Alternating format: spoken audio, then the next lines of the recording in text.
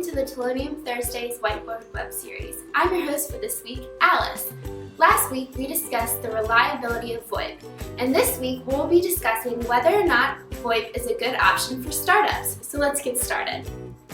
Startups, especially unfunded ones, are careful with their money and know that they don't need big bulky phone systems that won't give them much benefit in their early stages.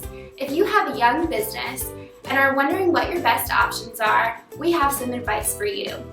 Remember, your goal isn't just to be cheap, it's to be effective at an affordable price. So you have to consider what you can get out of a phone and if it's worth how much it costs. Let's go over some of your options. Alright, let's begin with your first option, cell phones. Cell phones can be great for the earliest stages of a startup due to the fact that you probably already own one. If you're looking for the simplest of features, so being able to make inbound and outbound calls, and don't expect to have any real customers or revenue for a while, cell phones are certainly satisfactory. The next three options are all voice over IP, starting with number 2, which is Google Voice. If you've started thinking about branding your company or are expecting to have customers soon, you should think about getting a number for your business. A Google Voice account is probably the least expensive way to do this. You can get a number for free and use it on your computer and even your cell phone. If you're doing the latter, you'll be paying with your regular cell phone minutes. As you start gaining customers and revenue and need to start hiring salespeople or customer support, it's time to start thinking about getting an actual phone system for your business. Voice over IP phone systems give you unlimited lines, allowing you to be more effective at managing your inbound and outbound calls as you grow. If you already have a Google Voice number, you can also port that number to a VoIP provider, allowing your business to have a consistent brand. You probably still want to save as much money as possible though, right? Let's look at some of your options and see what can affect the cost. Now onto VoIP soft phones. VoIP uses IP phones, and there is a distinction between software, aka soft phones, and hardware, also known as hard phones, which is option number 4. Soft phones are downloadable applications on your computer with all the features of a desk phone that connects to your phone system. A relatable example of a soft phone would be Skype, although that's an example for consumer use and lacks business features. Business soft phones typically are less expensive than hardware phones and are sometimes even free. So in this situation, you pay little to nothing for the actual phones. Alright, on to option number 4, VoIP hard phones. Hard phones refer to regular phones you would have at your desk in your office, except in the case of IP phones, they have an Ethernet jack instead of an analog one. Hard phones are more expensive, usually starting around $100, but offer quality comparable to and sometimes better than analog business phones. Within a VoIP phone system, we want to discuss another distinction that's relevant if you're looking to save some money.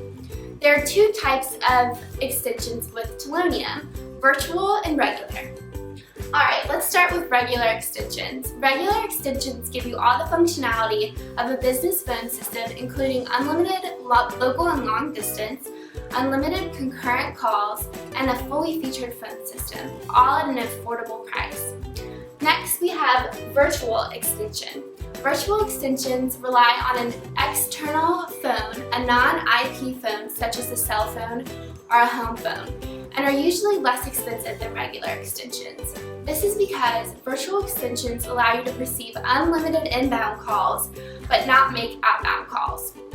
So why would you want a virtual extension?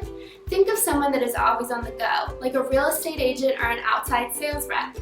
They're often out of the office, but don't want to miss any important calls. So with virtual extension, calls that are coming into their work number can be easily transferred to a cell phone and they won't miss a beat. Alright, let's quickly go over landlines. Recently we spent an entire video comparing analog to VoIP, so we'll stay pretty simple here. If you want a more detailed analysis, check out this video. In order to use an analog system, you'll have to have an analog network coming into your building along with an analog PBX in your office.